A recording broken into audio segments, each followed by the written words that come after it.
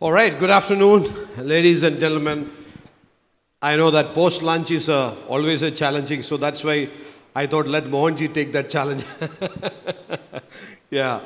Um, Especially we had a very, very good spread. People were telling this much of spread is not required, but anyway, that's how hotel is giving. So, um, okay, so I don't require to introduce Mohanji again. Mohanji, the way I see Mohanji is not just as a spiritual guru.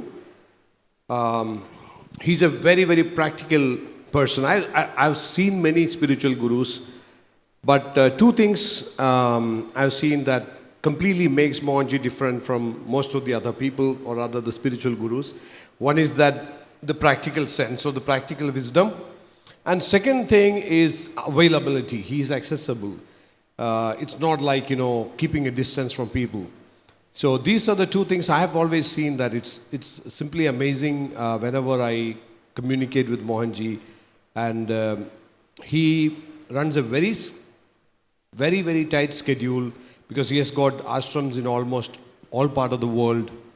I think in Europe itself he has got about 7 ashrams. Yeah. So, but still, last year I missed him because I invited, because the event was planned 3 months in advance. So this time, first the person with whom I discussed was Mohanji and said that, okay, tell me which are the dates on which you feel some level of freedom in the calendar, and that's how we started fixing the dates also. So now we're going to talk about a few things. One is, of course, the mental well-being, and two is about longevity.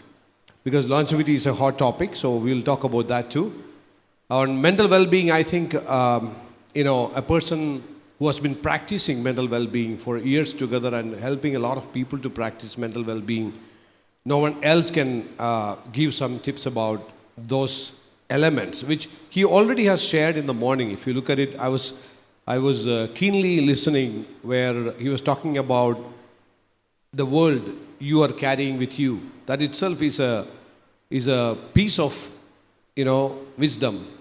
So now, Mohanji, we all know that right now at this point of time, people are always chasing behind something, either the promotion or maybe could be because of competition, you need to really run faster. So at this point of time, on the other side, people understand the value of mental health. So how people balance this out?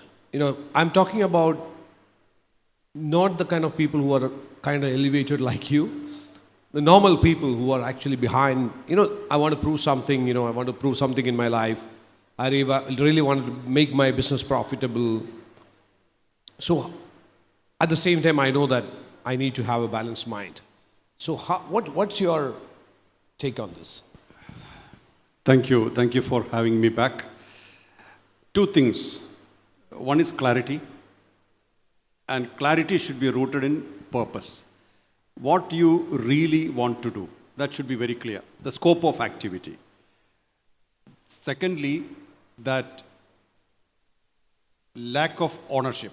Not that I'm doing it, this is what I have to accomplish, but it is happening. So one part is pre-planning, second part is application. Fully apply to what you want to apply or want to do. And then don't worry about the result.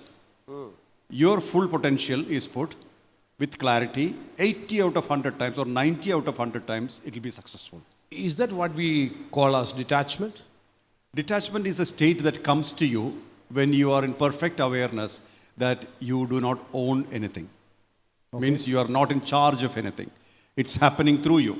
Time, space, situation, everything is happening. See, now we are sitting and talking here. But there could have been 100 reasons why we could not have done that. Absolutely. Yeah. So, time, space, situation is provided. Provided means, of course, we make a plan, etc. But then everything has to come together for this conversation to happen. I agree, totally agree. Yeah, so that awareness is very important.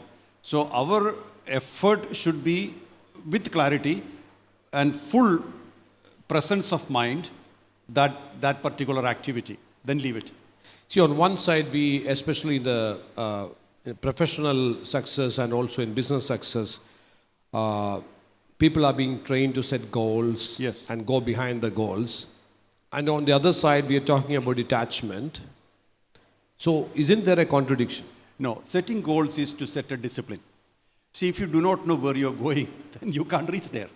So setting goals is something like prioritization for the sake of achieving what you want to achieve out of life or business, whatever. Yeah. Then a discipline comes. So when you get up in the morning, you realize, okay, that's where I want to go.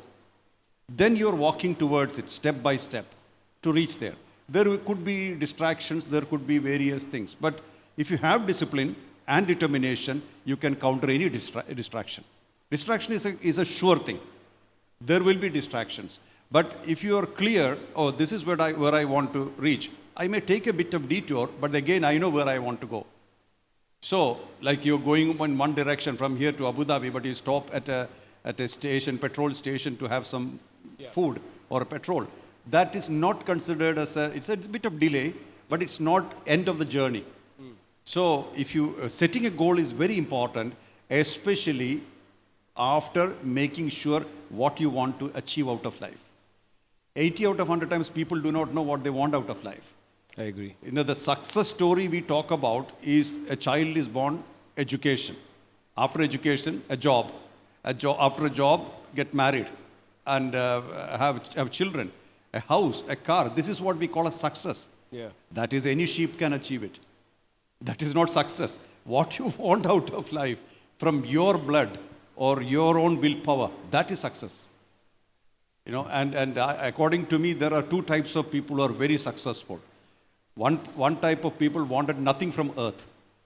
They are very successful because they were never affected. You know, there are so many people that they wanted nothing. The second type of people who gave everything to earth. Means whatever they are, they gave themselves to earth.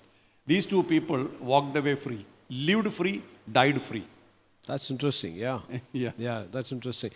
Now, coming back to the question again, when we, there is another school of thought which is basically thinking about setting your goals, setting your priorities, and visualize about your goals. Have that determination and dedication to do it. Most of the time, I see many people get stressed out because of that. Of course, the external factors are there. The others are growing. Why I'm not growing? That factor is there. But still, even internally within me, this is one kind of a stress which is getting built up. Especially people in their 30s. That's where the burnout is happening right now. So, do you have one or two tips by which, I still have to fulfill my dreams and goals. At the same time, I don't want to be attached, or rather, I don't want to get stressed and burned out in the process. Well, what is the root cause of this stress? We think that we are doing it while it's all happening through us. We can only put in our best effort. We can only make a plan, and we can also perhaps envision the whole process. But what actually happens is different, usually. So disappointment is when your plan is not executed as per the plan. That's where flexibility is the strength. In Chinese, there is a proverb, the most flexible tree survives any storms. So this is exactly the point here. When there is a rigid plan and this is what I want to achieve, and then you are thinking, I will achieve this, I factor will be the rigid factor. So I will reach there, and it necessarily need not be me. See, I run the organization like that. We are active in 90 countries plus now, growing. And I don't ever think that I'm doing anything. I just set the plan, set the vision, and a group of people coming together who likes what I do, I never ask them to come, nor I ask them to go. So that they like it here, and they like to work, and then it's growing. So not everything is done by us. If we have a clear vision, means clarity, then we can create a clear purpose as well. In Sanskrit, it's called sankalpa. The strength of that sankalpa, that means your vision and your purpose is clear, then the motion is spontaneous. In between, when does stress come? I have to do it, I will do it, etc. When your purpose is clear and you're walking towards the direction, you will never feel stressed. There's no question of stress because everything is happening and you are always available, ready, and flexible. Oh, this is not happening, I take this path. I think the audience must have realized one thing. I asked same question three different ways. But Mohanji is adamant on the answer that, the key factor I learned from you now, because I was actually, you know, looking at some other answer. So he's very clear that the moment you start thinking that you think you are doing it, it's all on you, that's the time the stress levels increases.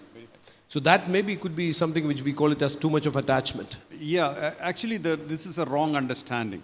We have to take the step, we have to do what we have to do, but at the same time, always remember this time, this space, the effect, everything we have no control. Simply put, we have our life, this body. Any function of the body, do we have any control? Heartbeat, circulation, respiration, of course, we can breathe fast or slow, but respiration is auto mode, in an autopilot mode. Circulation, respiration, digestion. We have no control. Yeah. Basically, most of the things of our system, we have no control. Then mind gives us a wrong feeling we are in control. That's where all the stress comes. Hey, you are in charge. Nothing we are in charge. The moment you forget about that in charge, then you are free. Then you will be very, very effective in life. Along with flexibility. Today, I believe the key tool that we must exercise is flexibility. Make sure we want to reach where we want to reach, but which direction or which way is not the point. We reach there. That's the main thing. I think I haven't seen anybody else explaining taking control of your life much better than this. Now, let's get on to another topic, which is a very interesting topic for especially people in the biohacking space, that's longevity. Because that's something which we have been talking about, hearing about, and a lot of discussions are going on. And people are talking about living more than 150 years. Some people have declared that they're going to live for 180 years. Someone else is reversing the age and they're saying that I'm 50 right now, I'm 25. So a lot of things are going on, and even I've seen many people are getting confused also. Is it the order? Is it that what I also should be looking for? So I would like to hear from Mohanji, because on a casual chat I've heard certain things from Mohanji. So I want that to made public. So what's your perspective about longevity, people living longer, healthier, and all those kinds of things? Sajiv, before that, on the previous subject, can I add one more thing? Please. I was in Canada, so I was having a discussion with the mayor of the location where we have our space. So I asked the mayor, is there something you want me to do for your people, this community? So he said, post-COVID, he's seeing an increased interest in commit suicide for people between 40 and 50, men between 40 and 50. So what is the reason? Mm-hmm. So most of the reason was these men cannot cry. They lost jobs, the situations are not good, all this. Women are able to cope such a turbulence, but not men. So one of the situations, what I did was I asked one guy, what is your strength? So he said, I am into IT. See, I'm not very familiar with these different details of information technology. Whatever he was doing. So I said, why don't you contact some of the other people who are in the similar situation? And he found that in 1 year, he made $100,000 revenue. 1 year, after conglomerating all the people who lost jobs or are in a dilemma, in a depressed state. So here, what I would like to say is that there is always a window somewhere. So many times we think we are only good for jobs, salary. Salary is a very big trap, binding. And salary is a binding, but our potential should never be pitched on a salary basis.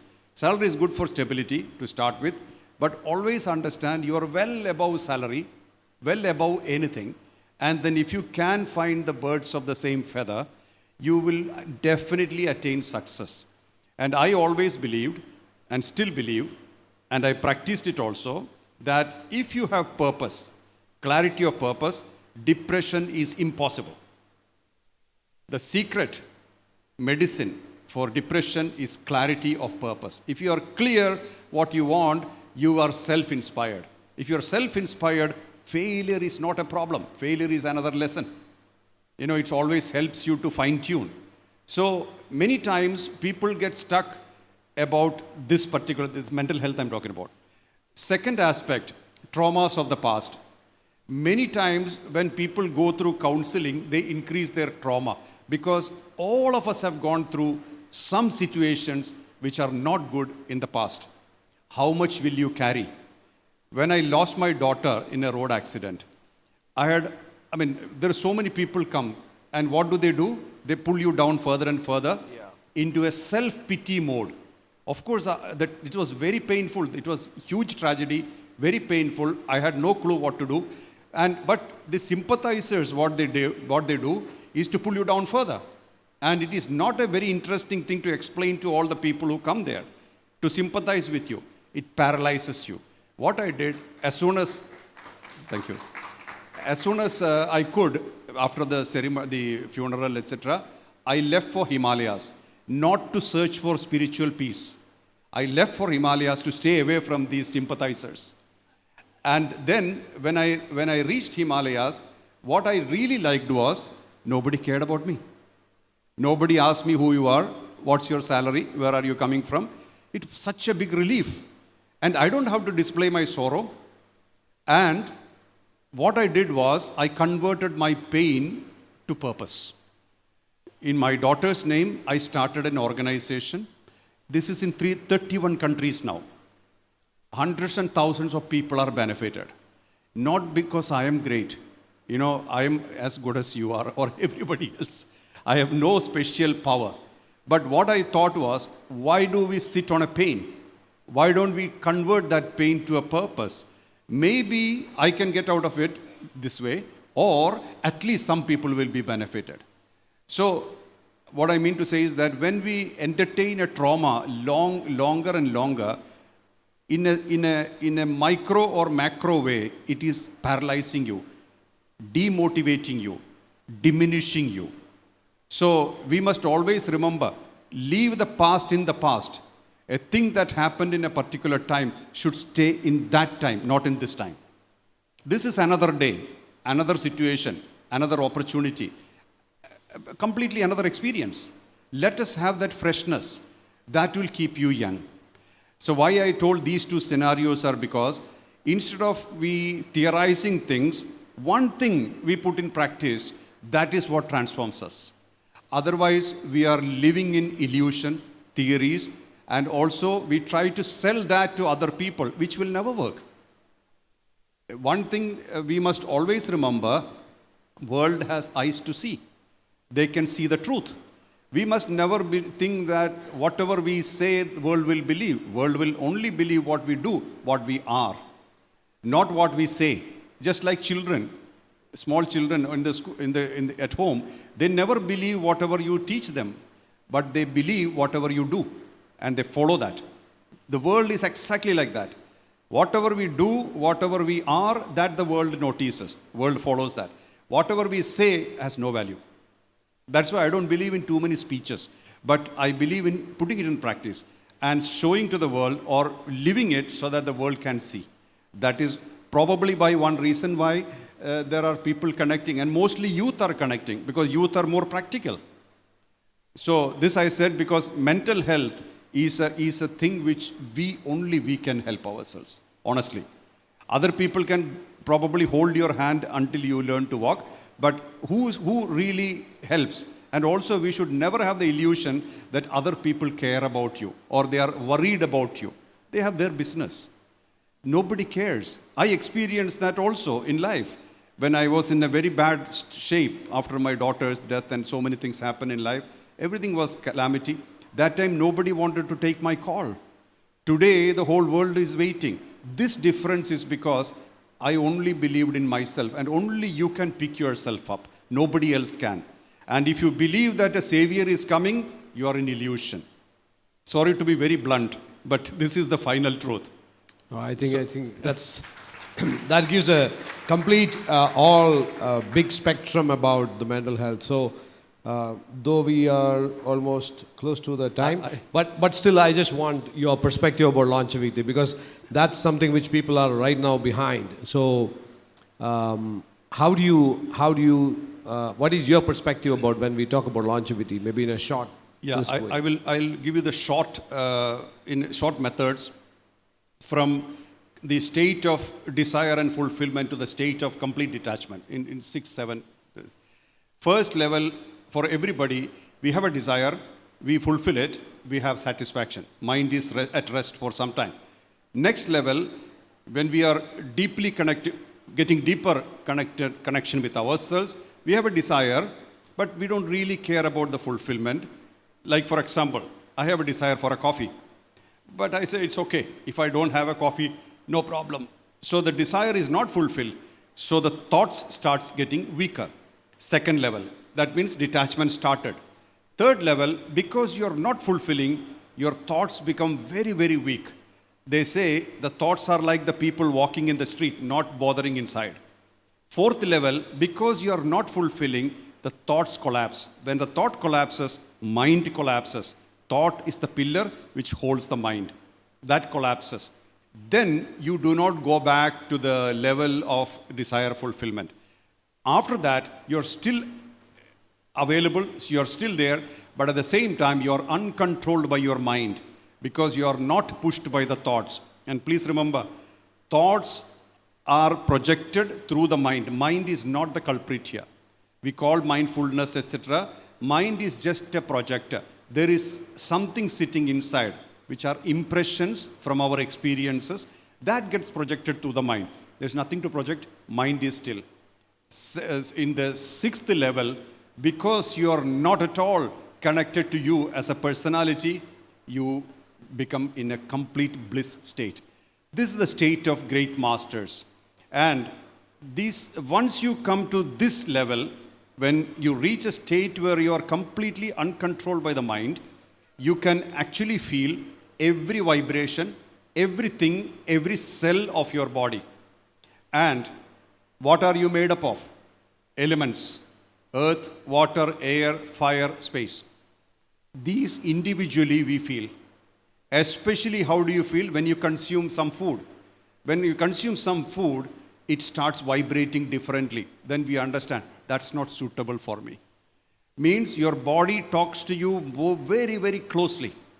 So there has been great masters who have individually communicated with their elements of the body, and they could do anything they want.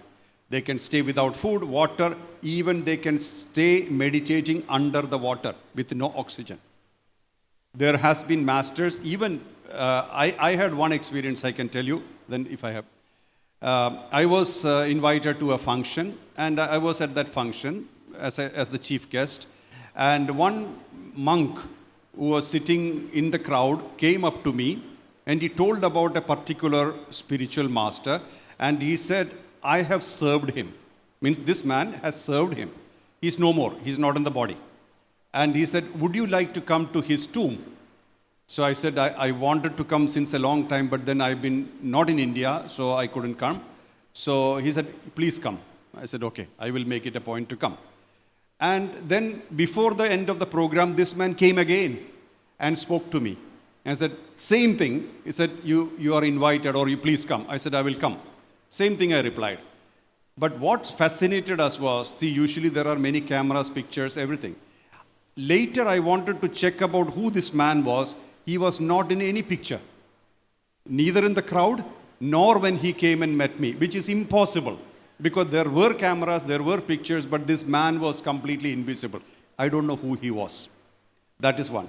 Then I made it a point to visit this particular tomb. And you know, people say he has lived more than 700 years. And he suddenly appears, he lives for he stays on, then he goes away. So last time when he came, British was ruling India. And what the fishermen found a body covered by shells, and they reported to the police station where the British gentleman was the chief. He said there is a dead body on the shore. So he came to inspect. He plucked one of the shells. Blood started coming. Suddenly this man got up and said, "Don't worry, I'm okay. I was meditating under the sea. That is why my whole body is covered by shell for about 100 years. And he was inside the water, away from all civilization, let's call it that way. And he came out, and then he lived, and there are pictures also. There are some pictures of him even with Amrudanandamayi Amma, if anybody knows her, hugging mother, Amma. He left the body around 1980s, 2000, before 2000, 80s. I went to his tomb and I meditated there, and it was a nice experience. Anyway, what I mean to say is that if you, I told about the autobiography of a yogi, in which Yogananda is talking about various people who have defied death. So the method to reach that state is connection to the cellular level and beyond the cell to the element level. And this is possible. How do you go there? First of all, start feeling there is energy activating matter. This body is just matter. What activates the body is energy. So when you connect to the energy and you start feeling the energy moving through every aspect of you, only through silence and observation you can reach there. First is concentration. You have to concentrate within. Second is focus. Focus means you should stay there for a long period of time. And then that should turn automatically into meditation, thoughtless state, state of no thoughts. Then you start feeling every vibration. The system has told 3 methods. One is focus on the sound, heartbeat. There is a beat and there is a silence. Focus on the silence part between the beats. That is one gateway to heaven. Another gateway to heaven is focus on the breath, the space between inhalation and exhalation, and like that. If you are interested in these kind of things, we can talk about it later. This is not the space for it. But what I wanted to say is that longevity is not an illusion. It's truth, 100%. And you can decide when you want to leave the body, provided you are connected to your body and you believe that it's your body, not that it's owned by your personality. See, we are all trained to believe we are the personality. And that's exactly where the ups and downs and the heartbreaks and success, all these things comes with the personality. What are you when you're sleeping? Every 24 hours, destiny has given you clarity that you have 3 states which are totally different. One is the physical waking state where you are awake and aware of your personality. Dream state, you are completely different. You could be Donald Trump in dream state. It doesn't matter who you are. You have a different thing, but again you have experience. Then comes a deep sleep where you are neither in the world inside or world outside. So this 3 states in 24 hours we experience. Like that, every 60 minutes, one nostril is stopping, the other is starting. In India, they always say, when the nostril is functional on the right, you start a thing, it will be successful. Really? It's a myth, but anyway. Or when the nostril, the right nostril nostril on the right is active, that's the time when, see, like you're giving something to somebody. Yeah. If it has to be auspicious, this should be functioning. The right is always connected to sun. Left is connected to moon. Sun is self-inspiring, self-illumining, etc. So this side is more auspicious that way. Anyway, that's besides the point. But the thing is, we need to know our body, functions of the body, then go beyond the body, then you can keep the body as you like. Wonderful. I think that's a completely different definition of longevity, Maybe the longevity scientists also must not have thought in this direction. Anyway, thank you so much, Mohanji. I think it was enlightening rather than information. It's definitely a lot of people must have got different level of thought process right now at this point of time especially about mental health and longevity. So thank you so much, Mohanji, for Thank you so much. your valuable Thanks time. to all of you. Thank you.